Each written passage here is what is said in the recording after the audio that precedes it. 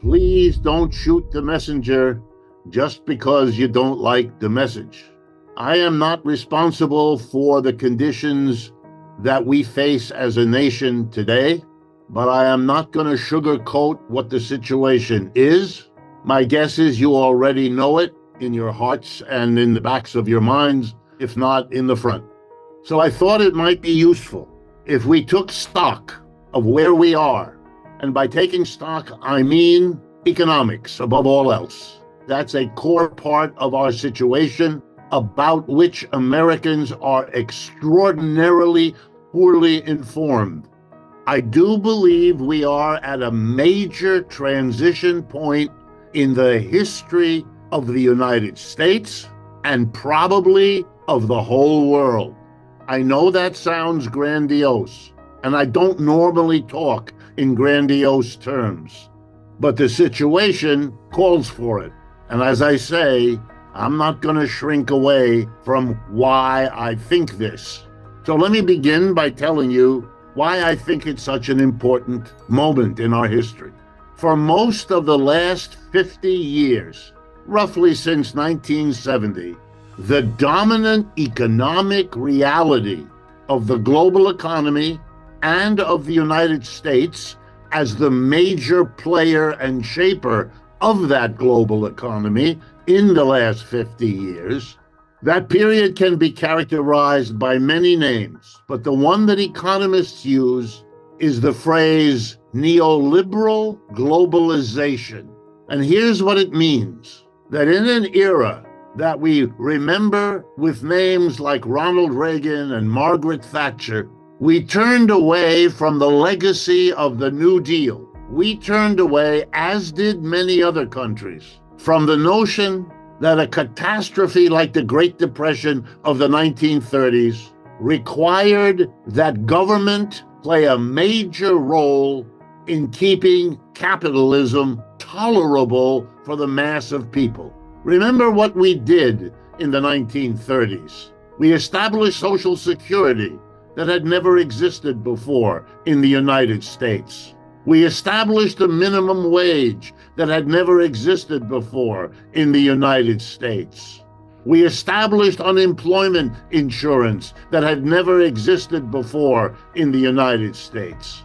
And the government hired and paid 15 million people who were unemployed, and nothing like that had ever happened in the United States either.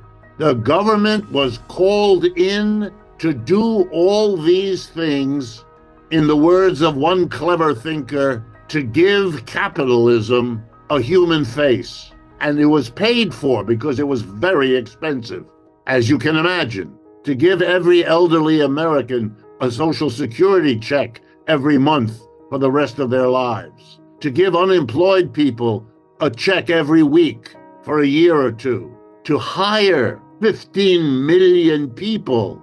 And the money that paid for all of that were heavy taxes placed on corporations and the rich. It's an important reminder for those of you who do not think that here in the United States we can ever tax corporations and the rich.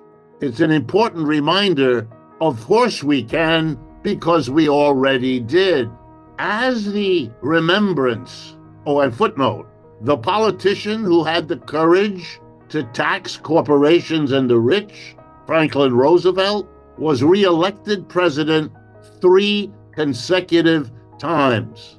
He has been and is to this moment the most successful popular president in the history of the United States, starting with George Washington. So not only can you tax corporations and the rich, but when we had a president who was forced from below to do it, he became the most popular politician we've ever had. In the period starting in 1970, as the memory of the New Deal, as it was called, faded, Reagan and Thatcher undertook to roll the New Deal back. It had already begun before that, but it really gathered steam. And the mantra was the reverse of the New Deal. Instead of calling the government in to give capitalism a human face, people stumbled over one another, led by the Republicans, but tragically followed by the Democrats, to roll the government back, to get the government out of the economy, to go back to a capitalism which, if I may be allowed to continue the metaphor, lacks a human face, as the songs we just heard today document. And over the last 50 years, the government not only didn't regulate the way it once did, didn't intervene the way it once did, but it blessed the decision of corporate America to go where the profits were the greatest, which is what capitalism normally does. And where were profits the greatest? Answer: China. Starting in the 1970s, we had a mammoth exodus, and not like the one in the Bible. No, this was an exodus of American corporate leaders. They had graduated from business school where they had been taught, parentheses, I have taught in business schools myself, I know the curriculum. They were taught if you want to succeed in business, go to where the wages are low and the market is expanding. The place where the wages were low and the market was expanding the most was in the land called the People's Republic of China. And American corporations, British and French and German and Italian and Japanese, they all went to China, where they were welcomed, where they were celebrated. And over the last 40 to 50 years, the Chinese economy grew. About half the economy there is capitalist. Private companies working pretty much the way they do here. The other half of the Chinese economy, government-owned and operated enterprises working the way they once did in places like the Soviet Union.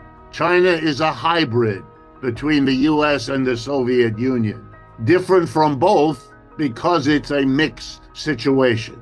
And it turns out that under the leadership of the Chinese Mao Zedong and the ones that have come since him, it turns out this hybrid organization can grow faster than any other economic system the world has ever seen.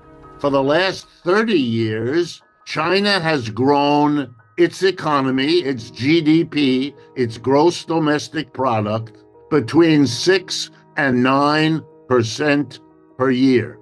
During that time, the United States GDP grew between 2 and 3% a year. It doesn't take rocket science to understand that if you can manage that difference, if China can grow 2 to 3 times faster than the United States for 30 years, it can do what it has now done. Namely, it's caught up. Today, the United States has a competitor economically. We haven't had one for a century. World War II eliminated the potential competitors economically of the United States. Britain, France, Italy, Germany, and Japan, all destroyed by that war. Russia too. Russia never was an economic competitor. It isn't now either. The GDP of the United States right now is about $25 trillion. The GDP of Russia about now is 3, maybe 4 trillion. No contest. It never was. It's part of why the entire Cold War will have to be revisited so Americans can finally learn what the truth about all of this is. Well, here we are. And what has happened has been that the United States now faces, for the first time in a century, an economic competitor. Big, powerful, highly developed, and able to outcompete the United States across the board, from the lowest to the highest technology which either side is capable of. And the United States has not yet come to terms with this situation. The American people are engaged in what my psychotherapist wife explains to me is called denial. The pretense, mostly to yourself, that the reality around you isn't there. It's best understood when glimpsing a toddler confronted by a scary barking dog, and the toddler puts his or her hands in front of her eyes, comforted by the thought that if you can't see the dog, it isn't there.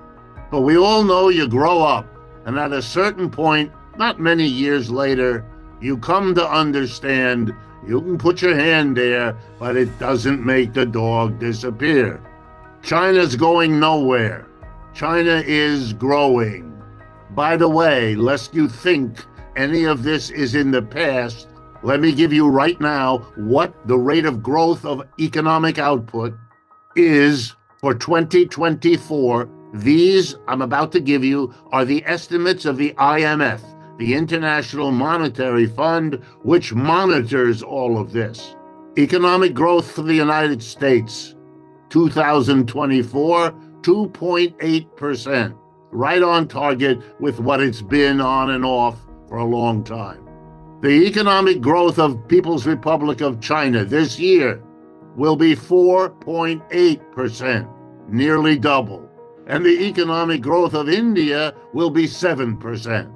The next time you hear an American politician or you read in an American newspaper how the American economy is doing better than anyone in the world, please remember the word denial. That kind of statement, which I encounter almost every day, is the exact equivalent of a toddler putting fingers in front of her eyes or nose in hoping that the scary dog will go away.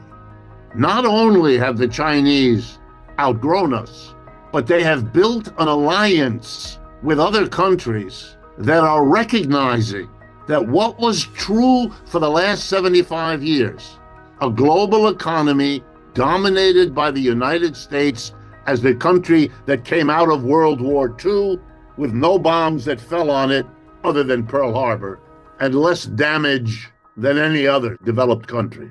The Chinese have built an alliance called the BRICS, B-R-I-C-S.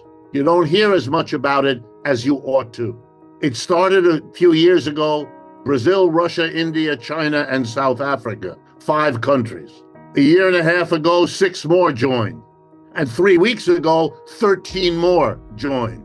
The BRICS together is more than half the population of this planet.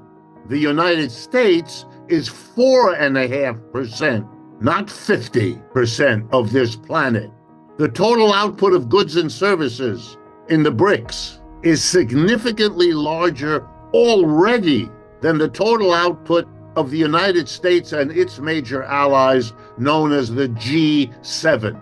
The United States, Canada, Japan, Britain, France, Germany, and Italy. So now every country in the world, every company in the world is reassessing and redesigning its strategy for the future. And what do I mean?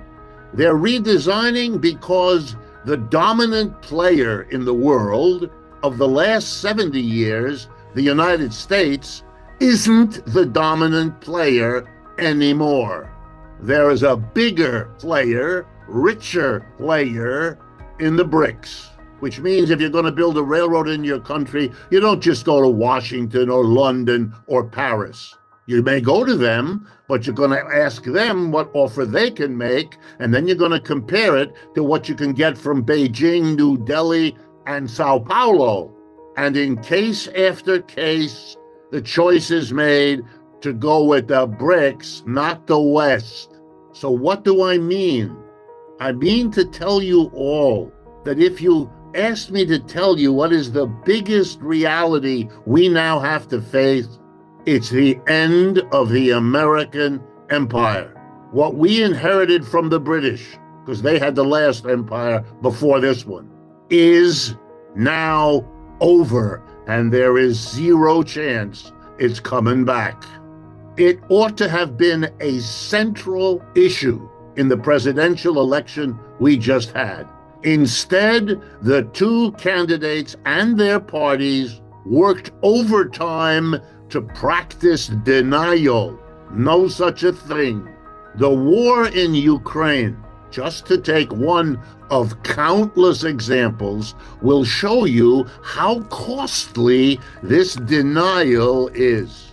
When the war begins in February of 2022, President Biden told us, along with all of his officials, Russia would be brought to its knees. The Russian currency, the ruble, would collapse. The entire West would side with Ukraine against the Russian invasion and would defeat the Russians. None of that happened. Every part of that prediction proved false. Why? Because the way Russia was to be brought to its knees was by denying the market for Russian oil and gas, whose export the Russians depend on. It's a major industry for them. And they exported all of that energy to Western Europe. When the Western Europeans, under pressure from the United States, closed their markets to Russia, the expectation was that Russia would collapse. Instead, Russia went to its allies in the BRICS, above all China and India, and arranged to sell to them the oil and gas they no longer sold to the Europeans. As a result, Russia is growing faster this year than the United States, and it has grown at a faster rate than the United States throughout the war. You couldn't be more mistaken than this. That's what it means if you deny a reality. What we know about the history of every other empire that also grew, was powerful, and then died was that the ride up as you're growing is a lot more fun and pleasant than the ride down when you're dying. The ride up was the 20th century, which many of you, like me, lived through. We now have to figure out how we descend when our empire is dying. What the United States is doing is typical. Denial has always been there. You can travel to Britain today and encounter no small number of people who still imagine that the British Empire is still there.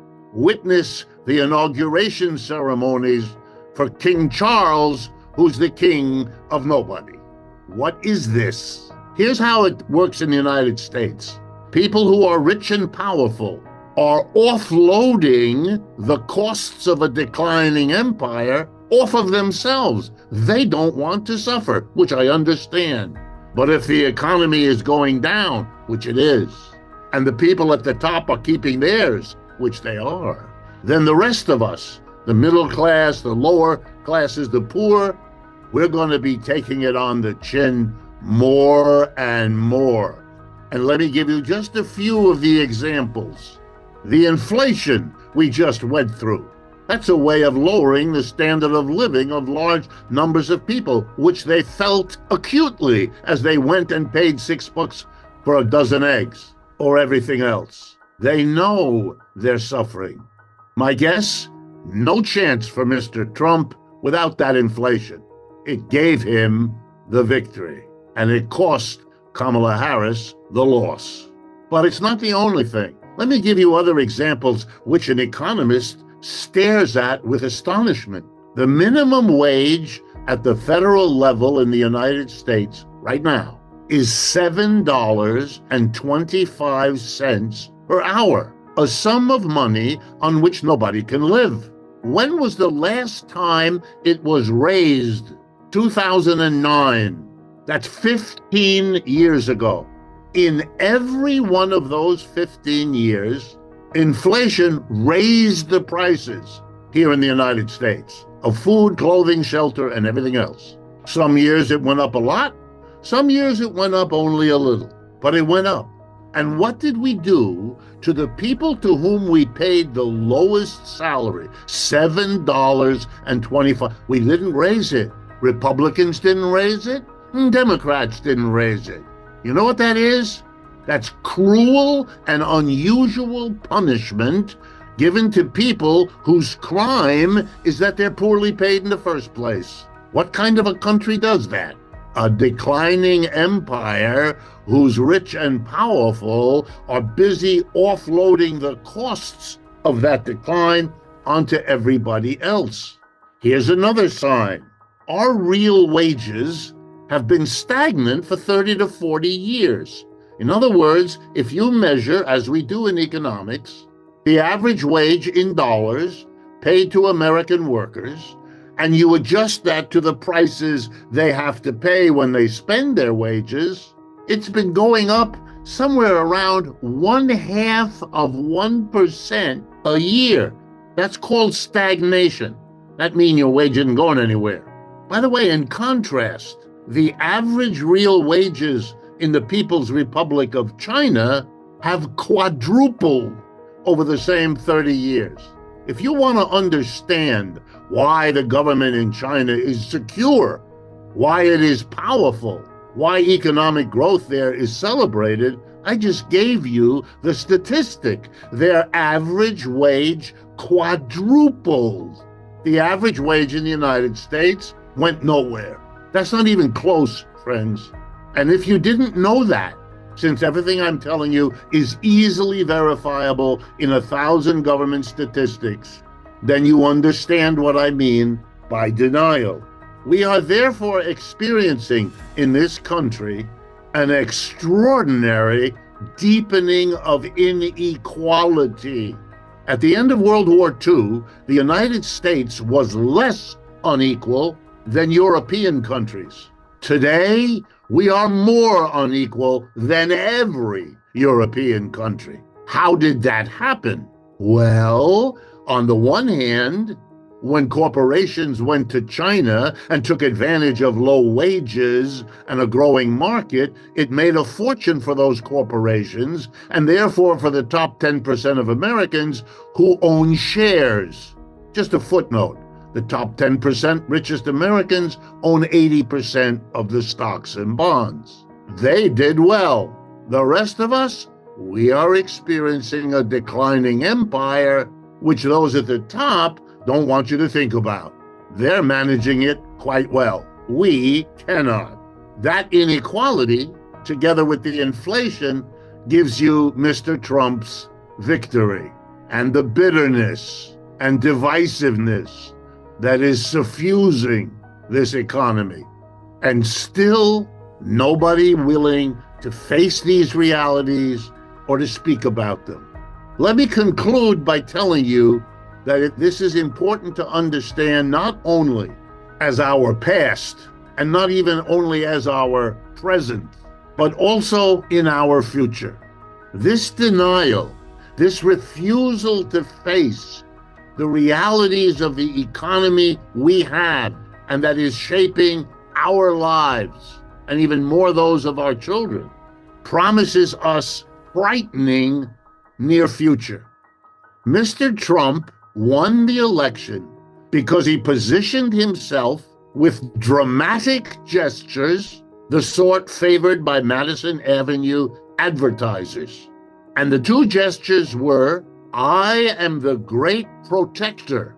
Mr. Trump understood far better than the Democrats that people feel attacked, undermined, frightened, scared, worried for themselves and their children, as well they should be. They glimpse fearfully where things are going. They want to be protected from it all. So he put himself forward as the great protector. And his two images were walls, the image of a protector. He's going to put a steel wall at the southern border to protect us against the invasion of the immigrants. And then he's going to put another wall, a tariff wall, to protect us against the evil Chinese. Very powerful images, very successful. But in terms of economics, total incoherent nonsense. It's impossible, and it's a bad joke. And the whole world is watching. And while it's watching this bad joke unfold, the gap between the United States and the G7 on one hand, and the People's Republic of China and the BRICS on the other, deepens. The United States' effort to stop, block, undercut China have failed. Been doing it now for 15 years. Started big time under Obama. It doesn't work. And so the question is, what? Do you keep doing it? When the United States' people wanted to become independent of George III, the dominant king of the great British Empire, it ended up in a war, the War of 1774, 5, and 6, our Independence War.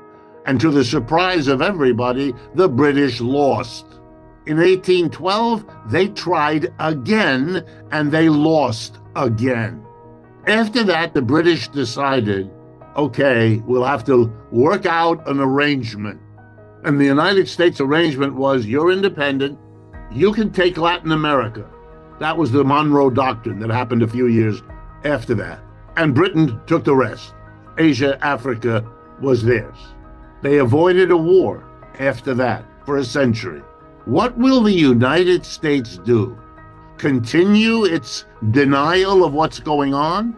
Threaten, as they have, China with war, despite the fact that China has nuclear weapons and the Russians do too, and they are now allied in good part because of the United States? Or are we going to sit down and work something out? Are we going to tell the American people, honestly, our empire is declining?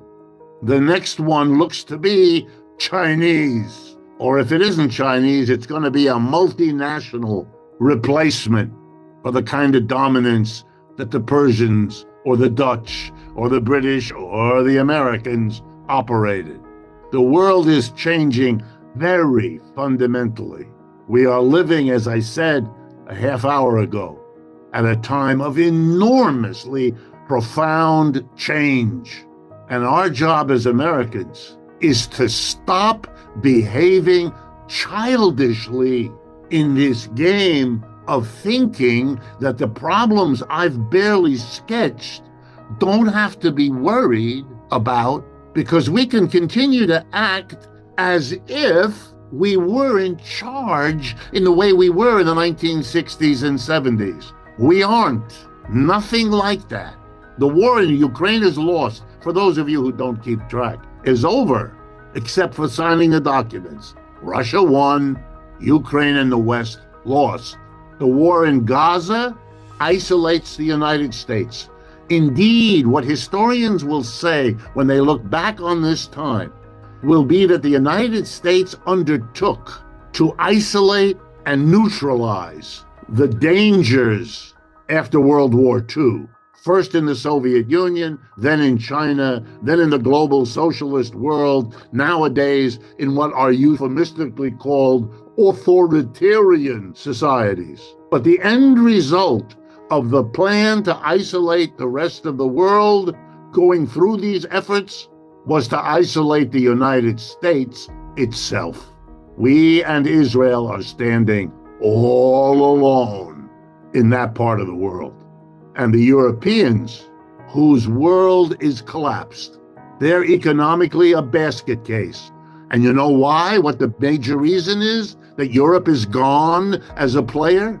Because they relied on two things: exporting to China, which the Chinese don't need, and cheap energy from Russia, which they have turned away from. So the energy costs make European production uncompetitive. They have to pay too much for energy, and they can't sell in China the way they once did. They're done. Germany, which used to be the engine of European growth, is now the laggard dragging it down. It really is extraordinary, folks, that what you have thought about and assumed is now over. And it takes courage, but also a sense of realism to say, now we are going to talk honestly about our situation. and try to find a livable way forward. The alternative, well, I don't want to spell it out. You can figure it out for yourself. But I hope you will not hold against me that I have told you how this situation really is, rather than comforting you with more denial. The United States is the enemy. It's even turned on its neighbors. The heads of Mexico and the head of Canada, they're making incredible statements. The world has changed. Our friendship is over. Our relationship. We've not seen those words, not in 75 years. If you ever study Freud and psychology, you know the words you use are very powerful shapers of you as well as everybody around you. So I would argue the United States is becoming more and more isolated.